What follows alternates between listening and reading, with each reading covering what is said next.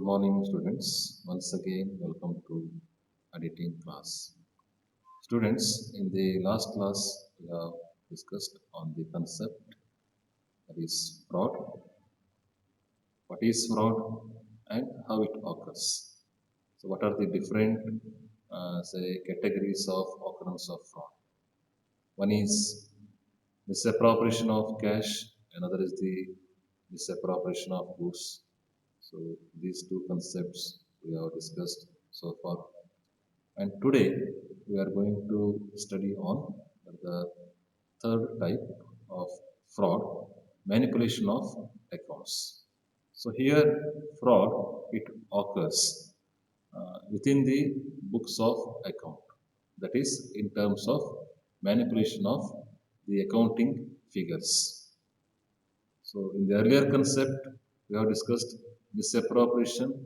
It happens with reference to the cash and with reference to the goods. But here, accounting figures are systematically manipulated by the bookkeepers and the accountants. So now we'll try to know the meaning of what is manipulation of accounts. It means falsification of accounts without any misappropriation of cash or goods. It may be done in any of the following ways. One is first one, non-provision of depreciation on fixed assets.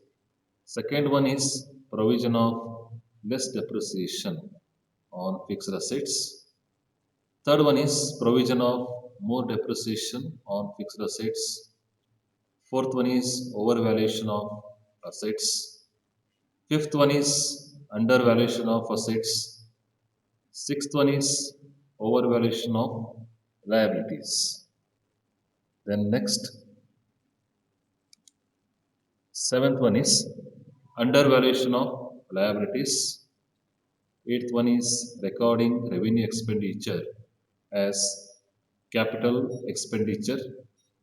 Ninth one is recording capital expenditure as revenue expenditure. Tenth one is showing expenses of the next year in the current year's profit and loss account. 11th one is showing income of the next year in the current year's profit and loss account. Then 12th one is not recording the accrued expenses in the current year's profit and loss account. 13th one is not recording the accrued incomes in the current year's profit and loss account. 14th one is omission of prepaid expenses. 15th one is omission of incomes received in advance. 16th one is inflating the profits by showing fictitious purchases and sales returns. Then 17th one is deflating the profits by showing fictitious expenses. Next, 18th one is window dressing. So this is one new concept in manipulation of say the books of accounts or manipulation of account. So what actually the window dressing? Window dressing, it is the practice by which the balance sheet is made to show a state of affairs that is different from the actual state of affairs. That means here showing say different picture of the say balance sheet than the actual. That means here the wrong information is provided before the others. Generally, the practice of window dressing is adopted to make the balance sheet show a state of affairs far better than the actual state of affairs. So it is also one way of committing a cheating or frauding, fraud with reference to financial matters. So these are the different ways of misappropriation, sorry, manipulation of accounts. And fraud may be committed in any one of the following ways. Students, next will come to the aspect that the last objective of auditing specific objective. Again, I want to recall. First, we have discussed main objective.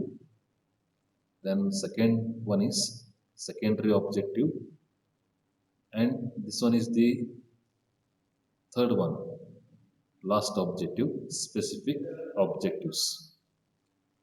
Here, there will be specific objective in respect of each type of specific audits.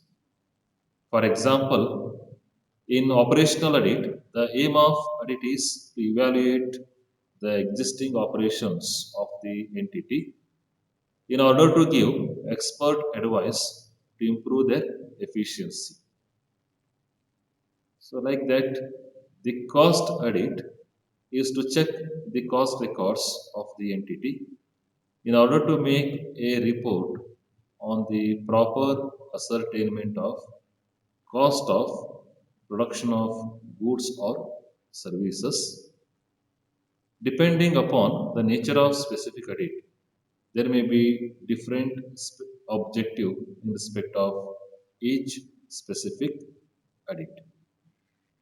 Students, so far we have studied on the objectives of audit, and from the examination point of view, it seems very important. Many times it is repeated in your question paper. I hope definitely you will put concentration on this concept. In the next class, again I will meet you with some more concepts on audit.